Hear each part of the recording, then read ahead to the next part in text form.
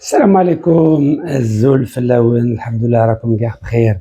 Voilà, c'est la deuxième partie de la vidéo que j'ai publiée hier sur les enfumades en Algérie, sur le journaliste courageux Jean-Michel Apathy, qui avait dénoncé justement les actes ignobles de la colonisation française, notamment les enfumades dans la région de Chlef en 1844-1845.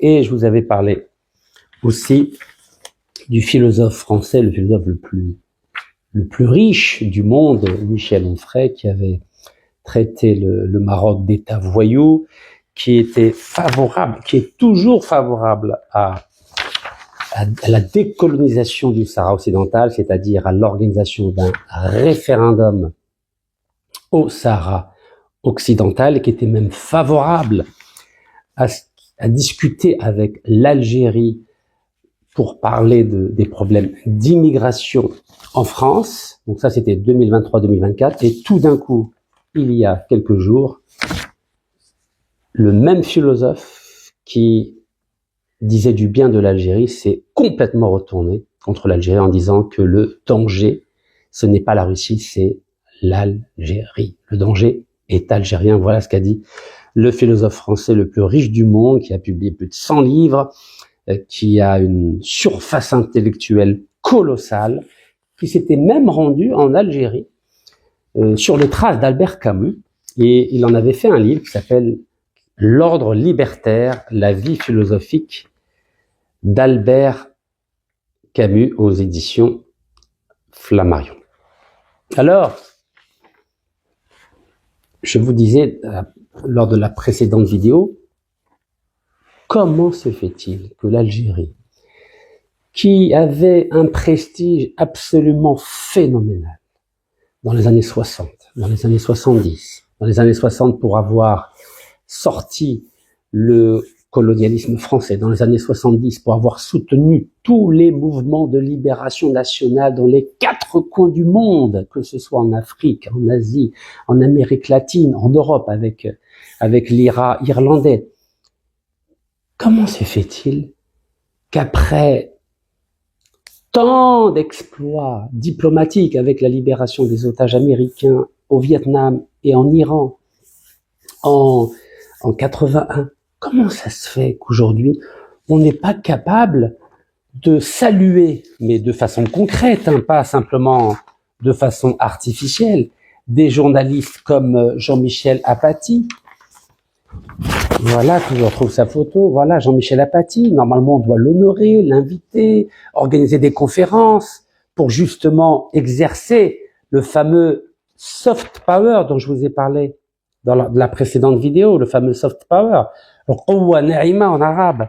Comment se fait-il qu'on n'arrive pas à inviter Michel Onfray à s'expliquer? C'est vrai que parfois il critique l'Algérie, il critique le régime algérien, mais ce type de profil philosophique, on ne l'achète pas avec de l'argent. Ce type de personnes, il faut les convaincre intellectuellement. Et alhamdoulilah, en Algérie, nous avons des brillants intellectuels, nous avons des brillants écrivains, nous avons des brillants universitaires. Donc, il faut essayer de convaincre ces personnes qui ont un a priori positif sur la question du Sahara occidental. Encore une fois, il veut l'autodétermination au Sahara occidental. Comment on peut laisser une pépite comme ça nous massacrer il y a quelques jours en disant que le danger est algérien? Comment c'est possible? Où est le soft power algérien? والله القوة ناعمة الجزائرية اللي كانت في الستينات في السبعينات في الثمانينات والراهي كيف نخلو philosophe كيما ميشيل أونفراي يكسرنا في الإعلام? Mais c'est pas possible ça. Et en plus, vous savez ce qu'il disait Michel Onfray? Il disait que aujourd'hui en Algérie, nous assistons à un effondrement intellectuel. Vous imaginez? وراهم les كاتب ياسين, وراهم les مولود معمري, وراهم les محمد ديب, وراهم. Aïe, aïe, aïe. Vous savez, mes chers compatriotes, comment vous dire? dans cette nouvelle bataille d'Alger dont je vous parle, ce n'est pas avec des communiqués, aussi brillants soient-ils, que nous allons réussir à convaincre des grands philosophes, à la fois européens, latino-américains ou asiatiques. Non, il faut un vrai soft power, un vrai. Mais quand je dis un vrai, c'est un vrai. Parce que pour gagner ce rapport de force avec l'État français qui a décidé de déclarer la guerre médiatique, politique, diplomatique, intellectuelle, judiciaire à l'Algérie, il nous faut un vrai soft power, un vrai. Une vraie Quwa Naïma, une vraie de vrai. Et alors on va arriver au thème du jour, c'est le soft power. Car aujourd'hui, le soft power algérien est totalement inexistant. Alors le soft power, c'est quoi? Pour rentrer dans les détails.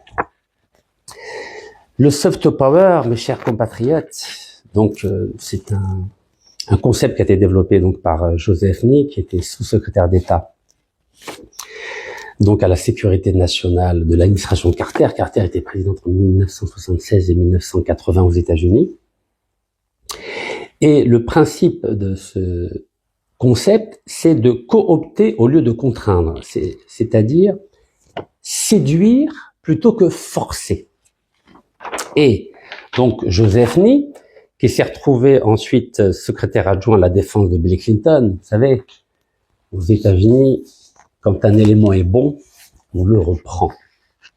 Et oui, c'est l'Amérique, c'est la force de l'Amérique. Vous savez que Joseph Nye, en plus d'avoir été sous-secrétaire d'État à la défense sous Carter et secrétaire adjoint à la défense de Bill Clinton, était aussi professeur à la Kennedy School of Government, donc de l'université d'Harvard. Vous savez qu'Harvard, c'est la première université dans le monde. Alors, notre ami Joseph Nye disait que la puissance en cette fin de XXe siècle a changé de nature. La force militaire ou politique ne suffit plus pour qu'un État obtienne ce qu'il veut d'un autre État.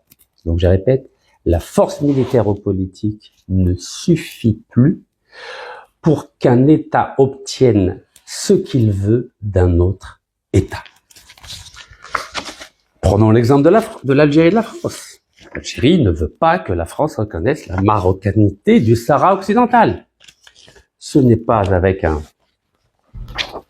communiqué ou en rappelant l'ambassadeur que nous allons obtenir de la France ce qu'on veut, c'est-à-dire que la France reste dans le cadre des Nations Unies pour régler le problème du Sahara occidental. Donc, je poursuis.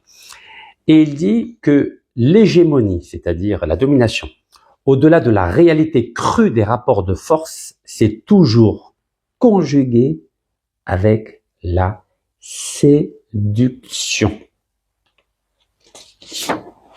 Pas beaucoup de séduction aujourd'hui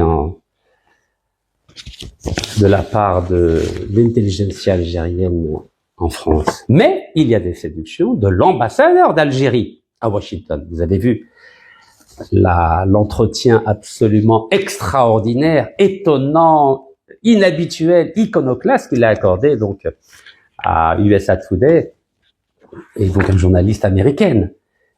L'Algérie fait vraiment du soft power aux États-Unis. Mais pourquoi on ne fait pas la même chose en France? Pourquoi il n'y a pas de soft power algérien en France, comme celui qui est en train de faire son excellence Monsieur Sabri Bokaddoum aux États-Unis? Il fait du soft power. Oui, il fait de la séduction. Parce que je pense que Sabri Bokaddoum a lu Joseph Nye. Mais comme on n'a pas d'ambassadeur en France, d'Algérie en France, bah, il n'y a pas de séduction, on a des TikTokers.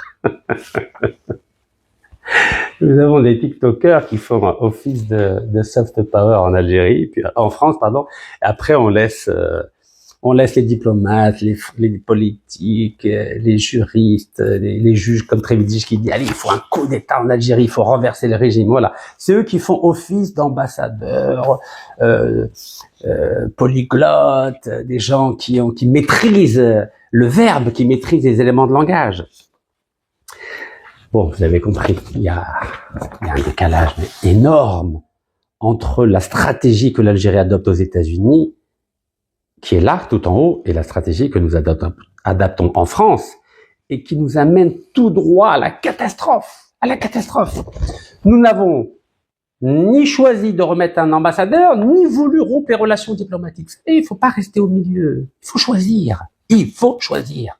Ou bien on remet un ambassadeur du gabarit de son Excellence Sabri Bokadoum, ou bien on rompt clairement les relations diplomatiques, comme cela avait été le cas entre l'Algérie et les États-Unis entre 1967 et 1974, suite à l'agression barbare de Tel Aviv en Égypte, en Syrie, en Palestine, en Jordanie, en juin 67. Donc il faut choisir, on ne peut pas rester comme ça là. Regardez, là on se fait insulter matin, midi et soir. Donc revenons au concept de soft power.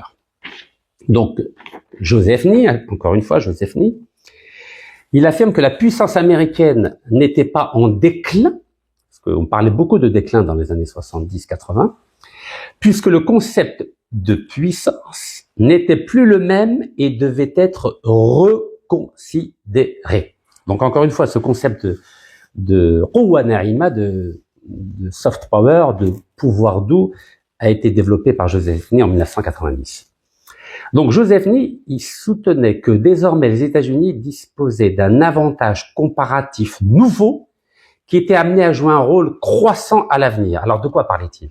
Il parlait de la capacité de séduire et de persuader les autres États sans avoir à user de leur force ou de leur menace. Alors je vais vous prendre un exemple concret. Regardez ce qu'a dit Trump avant même qu'il devienne président, officiellement. Bon, il est devenu président, donc électoralement au mois de novembre 2024, mais il est devenu officiellement président le 20 janvier 2025. Dès qu'il est devenu électoralement président en novembre, il a lancé un ultimatum à Tel Aviv et au Hamas en leur disant « Si vous ne mettez pas en place une trêve avant le 20 janvier, ma riposte va être terrible. » Il n'a pas envoyé un seul missile, Trump. Les deux se sont exécutés, comme par hasard, le lendemain de son intronisation à la Maison-Blanche. Tel Aviv et le Hamas ont dit « Ok, on fait une trêve, on va commencer à libérer des otages. » Vous vous rendez compte? Il a même pas envoyé un seul missile. Extraordinaire. Et ben ça, c'est le soft power américain dont parle Joseph Nye. C'est ce qu'il disait. Il disait « Il faut qu'on obtienne des résultats, qu'on arrive à séduire et à persuader les autres États sans avoir à user de la force. » Et il continue. Pour Joseph Nye, il s'agit d'une nouvelle forme de pouvoir dans la vie politique internationale contemporaine qui ne fonctionne pas sur le mode de la coercition. Coercition, c'est-à-dire la violence, la carotte et le bâton, mais sur celui de la persuasion.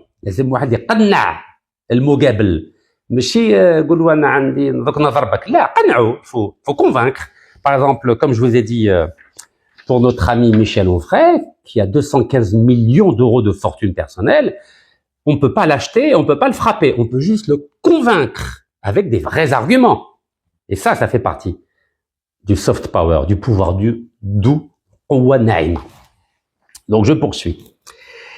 Et il disait, donc la persuasion c'est quoi? C'est la capacité de faire en sorte que l'autre veuille la même chose que soi. Mais oui, comment convaincre aujourd'hui, par exemple, comment convaincre la France qu'elle veuille la même chose que l'Algérie ou que le peuple sahraoui, c'est-à-dire un référendum afin d'organiser l'autonomie ou l'indépendance à venir? Ben oui, il faut convaincre, il faut des arguments, il faut réfléchir, il faut...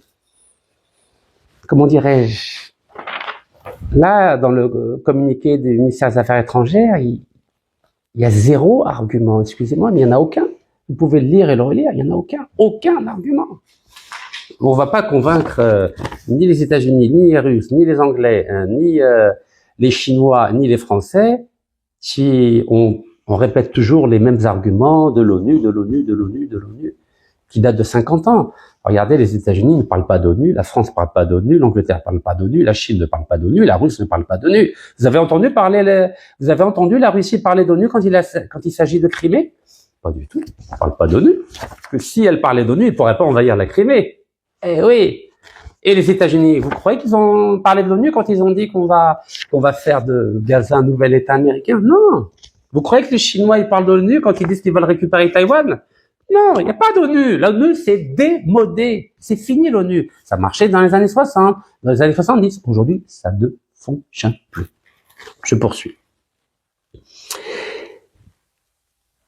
Selon Joseph Nye, toujours notre intellectuel homme politique américain, le soft power ou la puissance de persuasion repose sur des ressources intangibles, écoutez-moi bien, telles que l'image ou la réputation positive d'un État. Nous avions une très bonne image dans les années 60, 70, 80, 90, jusqu'à la décennie noire, on était parfait. Après, vous savez ce qui s'est passé. Donc, l'image ou réputation positive d'un État, prestige, c'est-à-dire performance économique ou militaire, performance économique, vous savez qu'on n'a pas d'économie, on a du gaz et du pétrole, mais on n'a pas d'économie. Militaire, nous achetons beaucoup d'armes, mais nous ne produisons rien du tout, parce que tous nos talents sont à l'étranger. Capacité de communication. Capacité de communication. Qu'est-ce qu'on a aujourd'hui comme capacité de communication? Aux États-Unis, on a un brillant ambassadeur. En France, nous n'avons pas d'ambassadeur. Est-ce que nous avons une chaîne internationale comme Al Jazeera? Non, nous avons commencé Alger 24 News. C'est bien, ça commence bien. Il faut renforcer Alger 24 News. Donc je poursuis. Le degré d'ouverture de sa société. Je suis un AXA. L'exemplarité de son comportement, c'est-à-dire de ses politiques intérieures, mais aussi de la substance et du style de sa politique étrangère. Alors vous avez vu que la politique étrangère algérienne, elle est extrêmement volatile en ce moment, très très volatile. Le non-alignement, le tiers-monde, Bandoug, quand on entend la déclaration de son Excellence l'ambassadeur d'Algérie aux États-Unis, on est loin de Bandoug, on est loin du non-alignement. Donc il y a peut-être une explication à donner au peuple algérien pour dire quelle est la nouvelle doctrine algérienne sur le plan diplomatique. Où sommes-nous? Où nous situons-nous sur l'échiquier international? Est-ce qu'on est avec les Africains? Est-ce qu'on est avec les Arabes? Est-ce qu'on est avec les musulmans? Est-ce qu'on est avec les Russes? Est-ce qu'on est avec les Chinois? Est-ce qu'on est avec les Américains? Est-ce qu'on est avec les Européens? Est-ce qu'on est avec les Espagnols? Avec les Français? Contre les Français? Il faut une clarification de la nouvelle doctrine diplomatique algérienne de façon à avoir de la lisibilité. Parce qu'on ne peut pas exercer de soft power sans une lisibilité, sans une clarification. Je continue. Parmi les critères du soft power, l'attractivité de sa culture. Donc la culture algérienne, vous savez qu'elle est hybride. Elle est amazigh, elle est arabe, elle est européenne. Voilà, il faut la rendre aussi visible. Il faut faire la promotion de la culture algérienne. Pourquoi pas la Derija? La Derija, c'est une langue. Pourquoi pas ouvrir des centres culturels Derija à l'étranger? Vous savez, il y a l'Institut Cervantes français, il y a comment s'appelle, l'Institut français qui s'occupe de la promotion de la langue française, donc de la francophonie. Il y a l'Institut Goethe allemand, il y a aussi l'Institut chinois. Maintenant, vous savez qu'il y a, je crois, 217 instituts chinois à l'étranger. Mais nous, en dehors du centre culturel algérien à Paris, voilà, nous sommes un peu légers, si vous avez compris le sens de ma remarque. On continue. Donc, l'attractivité de sa culture, de ses idées religieuses, politiques, économiques, philosophiques. Son rayonnement scientifique et technologique. Rayonnement scientifique et technologique. Vous savez que 90% de nos scientifiques sont à l'étranger aujourd'hui. Alors nous sommes très contents à chaque fois qu'il y en a un qui réussit quelque chose.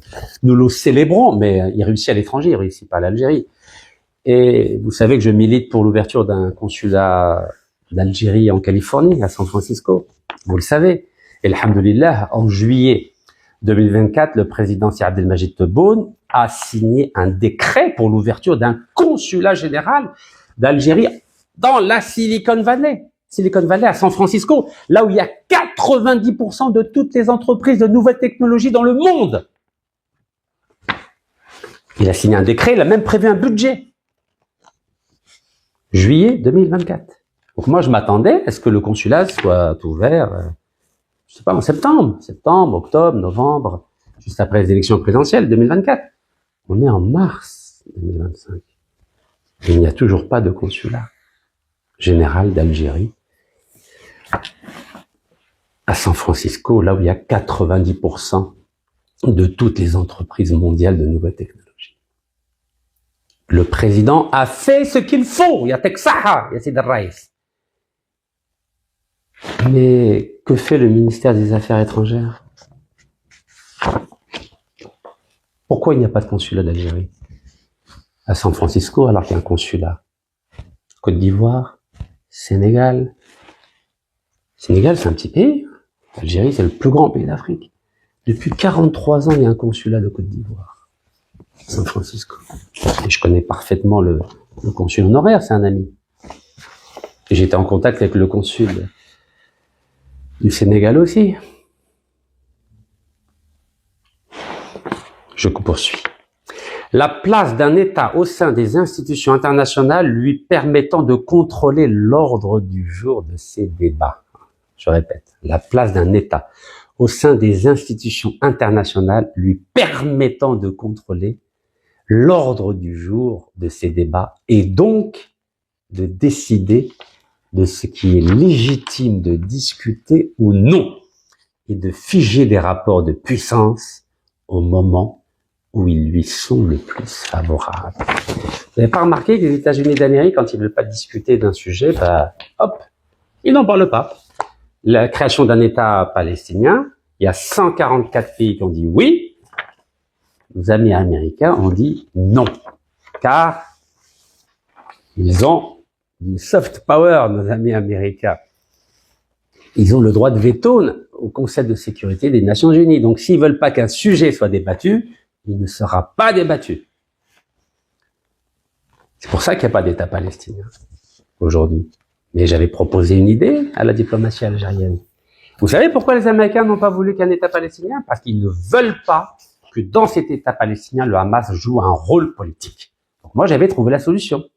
Humblement, modestement, j'avais proposé au ministre des Affaires étrangères, M. Ahmed Attar, de soumettre une résolution avec la création d'un État palestinien, avec uniquement la partie nord de la Palestine, c'est-à-dire là où il y a Ramallah. Parce que vous savez que les Américains n'ont pas de problème avec Mahmoud Abbas, aucun problème avec l'autorité palestinienne. Ils ont un problème avec le Hamas. Il n'y a pas que les Américains qui ont un problème avec le Hamas. Il y a l'Amérique, l'Angleterre, la France.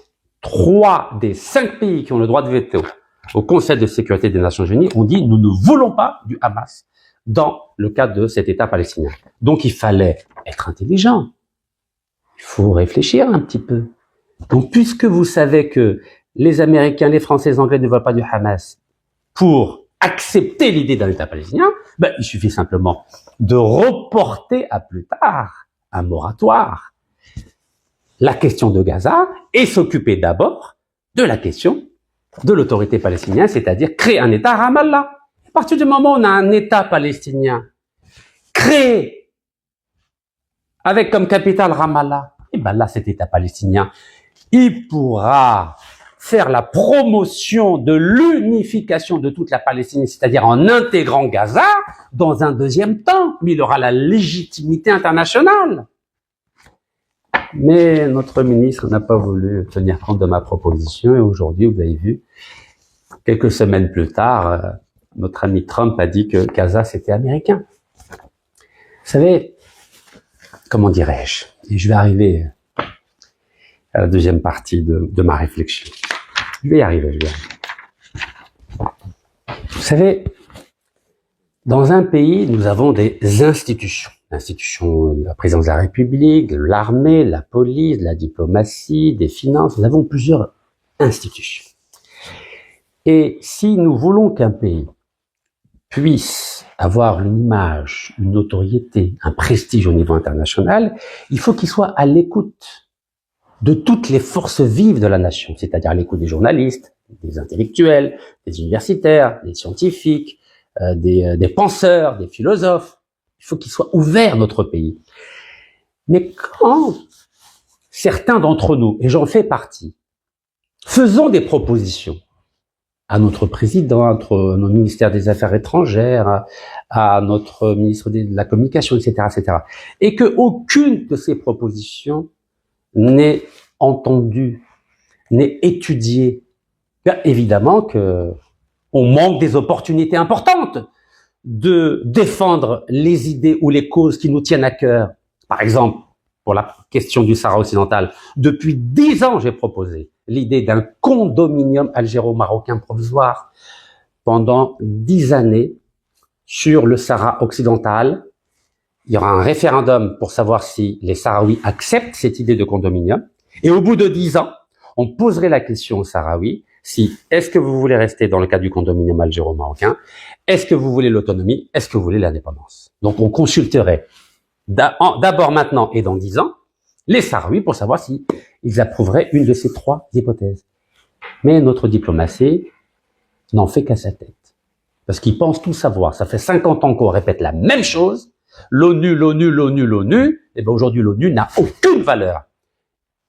Et nous en sommes au point mort. C'est-à-dire que 80% du territoire sahraoui est complètement investi par le Maroc, qui développe des routes, des hôpitaux, des écoles, des entreprises, qui attire des consulats étrangers. Et nous, qu'est-ce qu'on fait? On regarde ça, et on dit, ah non, non, nous c'est l'ONU, l'ONU, l'ONU. Mais l'ONU n'a plus aucun pouvoir maintenant au Sahara occidental. 0 pouvoir. La preuve, les Américains reconnaissent le plan d'autonomie marocain au Sahara occidental. Les Français aussi, les Espagnols, les Allemands. Et nous, on continue à répéter la même chose. Vous savez ce qu'on est en train de faire? Notre diplomatie. Vous savez que les diplomates qui s'occupent du dossier du Sahara occidental ont été nommés par Bouteflika, vous le savez, j'espère. C'est pas Hamid Tebboune qui les a nommés. Donc c'est des gens qui ont été nommés par Bouteflika. Et vous savez qu'on a 20 ministres algériens, premiers ministres qui ont été emprisonnés. Vous avez compris à quoi je vais arriver. Est-ce que vous connaissez Pavlov? Pavlov, vous savez que les réflexes pavloviens. Pavlov a étudié les réactions des chiens à chaque fois, pour voir un peu comment réagissent les chiens en fonction de tel son, telle image. Bref, il a étudié le comportement des chiens en fonction du contexte et d'un environnement donné. Donc son livre, c'est Réflexe conditionnel et inhibition. Réflexe conditionnel, c'est-à-dire que on conditionne un chien ou un peuple à dire la même chose. Et inhibition, c'est-à-dire on lui dit attention, tu te censures, ne dis pas certaines choses. Et pour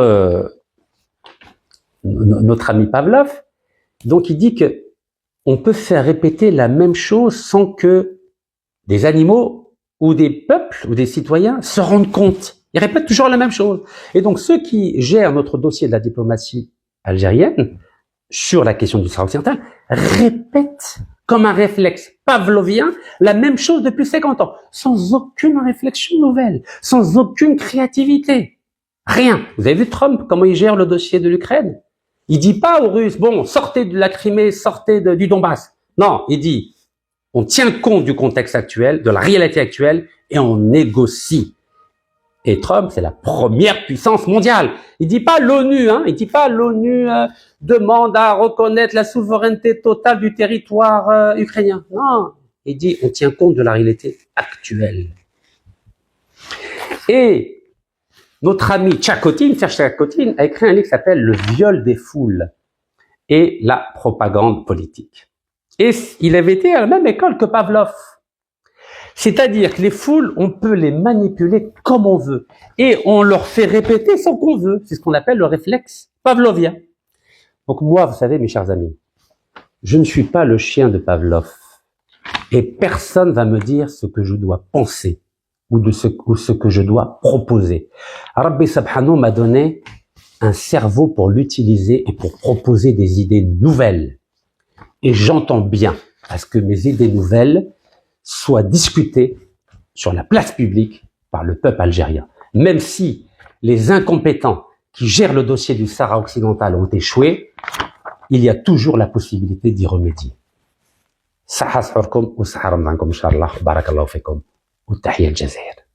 والله يرحمكم.